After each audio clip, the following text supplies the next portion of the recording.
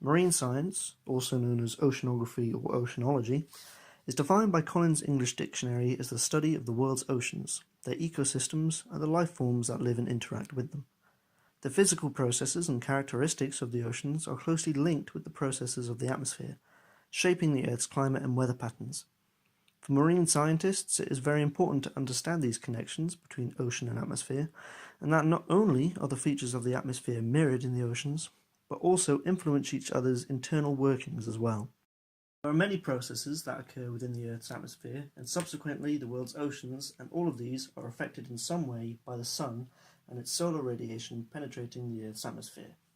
The Sun's radiation is absorbed by the Earth's atmosphere, a thinly, multi-layered blanket of gases acting as a barrier around the Earth. It stops the more powerful waves like gamma and X-ray, but allows infrared, light, some ultraviolet, and microwaves in. These waves heat up the Earth's surface and are trapped, causing the greenhouse gas effect. The gases that are essential for life, like oxygen and carbon dioxide, are supplied by the atmosphere. They are kept in place by gravity, gravity being the cause for the air density and pressure systems which are being discussed in this video. Gravity also plays a role in air molecules by pulling them down to the Earth's surface. This means that the greater the volume of air above, the greater the compression or pressure on the air below. Lower, denser air is found to be with high pressure systems, and higher, thinner air is found to be with low pressure systems. The reason why this is confusing is because gravity is a constant and doesn't change. So why do pressure systems not stay the same? Solar insolation, or radiation, enters the atmosphere where around 60 to 70% of it is absorbed by the Earth's surfaces or by the atmosphere. Some also bounces off the Earth's surface but is reflected by the clouds, holding that radiation within the Earth's atmosphere. Thermal energy, used to heat up the air in the Earth, is the cause of shortwave radiation turning into longwave radiation. The amount of solar radiation that enters the Earth's atmosphere changes from the equator to the tropics, and then from the tropics to the poles. The nature of the Earth's orbit, spin and tilt cause the equator and tropics to receive the most amount of solar radiation, leaving the poles to fluctuate through the year, giving rise to the seasons and their associated weather patterns. An example of this would be the wet and dry seasons over the Amazon rainforest. Density is calculated from temperature and salinity. This is the same for both air and water densities. Warm air is less dense, and cool air is denser. The pressure gradient force is a force resulting from different pressures causing air to travel from areas of high pressure to areas of low pressure. This can be seen in equatorial regions, where the sun's radiation is strongest, heating up the air, making it less dense, where it moves to areas of low pressure, cooling it, moving it away from the equator. The sinking air then travels back down towards the low pressure of the equator. This cycle, more commonly known as cells, is replicated in sets north and south of the equator, known as Hadley, Ferrel, and polar cells. Pressure cells create air currents, more commonly known as winds, which begin to travel in northward and southward directions. The Earth's rotation, however, causes deflection, causing strong easterly trade winds to be put under the Hadley cell towards the equator. The reverse occurs to the Ferrel cell at higher latitudes. This process, or atmospheric phenomenon, is known as the Coriolis effect. The effect is dependent on the observer's frame or position. For example, a person on the Earth's surface would see an object appear to curve to the right in the northern hemisphere and to the left in the southern hemisphere. But for a person in space, they would see it as a straight line. Faster moving objects would feel a less significant Coriolis effect, but slower moving masses, like air masses, would be greatly affected. A, because they are slow moving, and B, because they move over large distances. This, with the fact that a change in latitude causes a change in deflection, mean that the Coriolis effect is very important in atmospheric circulation. Wind around the world causes friction on oceans. This is known as wind stress. The wind pulls surface waters, driving surface currents, which is similar to those currents seen in the air. Atmospheric and ocean currents are similar, but not exact mirrors. The currents form circular patterns, like the North Atlantic Gyre.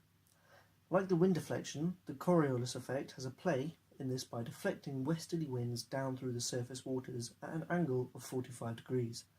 The momentum from the surface waves slows as it transfers energy through the ocean layers, where each deeper layer is pulled by the shallow layers. Atmospheric processes affect layers as deep as 100 metres in oceans, and this process is called Ekman's spiral. Southern oscillation, more commonly known as El Niño and La Niña, is a change in sea level pressure systems, and it has massive effects. This happens across the Pacific, where warm surface waters are blown from South America by trade winds. This also creates upwellings of nutrients as cooler waters rise to replace them. The trade winds, however, die down, resulting in high pressure and droughts in the West Pacific. Upwellings are prevented due to warm waters around South America, resulting in loss of productivity and, at worst cases, collapses of food chains. This warm water produces tornadoes due to the air being heated and then driven northward, and this is El Niño.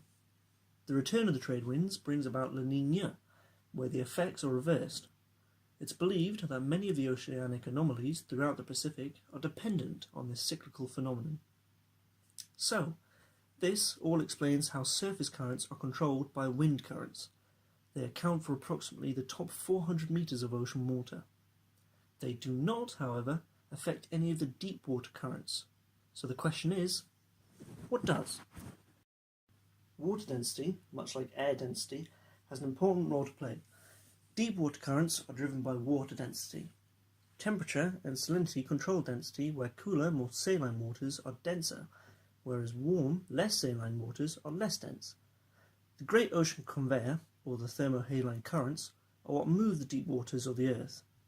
This process starts at the Arctic Ocean, where warm Gulf Stream waters are cooled, becoming more saline as surface waters freeze, leaving a greater salt concentration.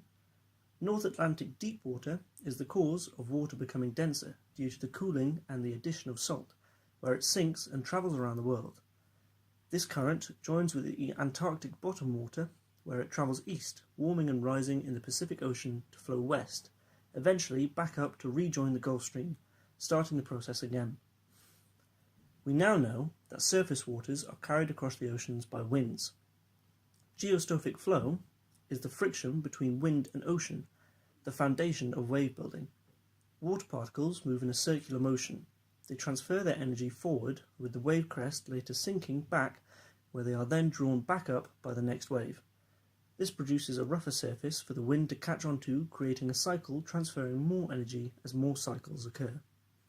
The fetch is simply put as the furthest distance wind can blow over open water. This changes, of course, on the type of open water, where lakes have a much shorter fetch, only producing smaller capillary waves, but oceans, like the Pacific, have much greater fetch, producing swells. Waves are the result of two forces: disturbing force, being wind, and restoring force, being gravity. We know that as wind blows, it imparts energy to waves, growing in length and height. Waves grow faster in height and reach a critical steepness where the wave breaks, creating whitecaps. When depth is less than 1/20th of the wave length, the wave transitions into a shallow water wave, where it catches on the seabed, being affected by bottom friction, slowing the wave, causing the top to break. This action can be seen on beaches. Waves can also bend due to a change in speed. This refraction causes the wave to approach the shore in a parallel position. Coastal morphodynamics are affected by this because the wave's energy is strongest when hitting the coasts and is then weakened when reaching the shore, resulting in erosion, deposition, and transportation. Waves can also come in on an angle and can cause what is known as longshore drift, moving sediment and depositing it along the coast. Tides, however, being waves with the largest wavelength, are not controlled or affected by the wind, but by the gravitational forces of the sun and moon. The moon has a stronger force on tides due to its closer proximity to the Earth, having more than 2 times that of the sun. Bulging of the oceans is simply put as the pull of the moon and sun on the world's oceans, but because the Earth spins, it creates a centrifugal force, creating a bulge on the other side of the world.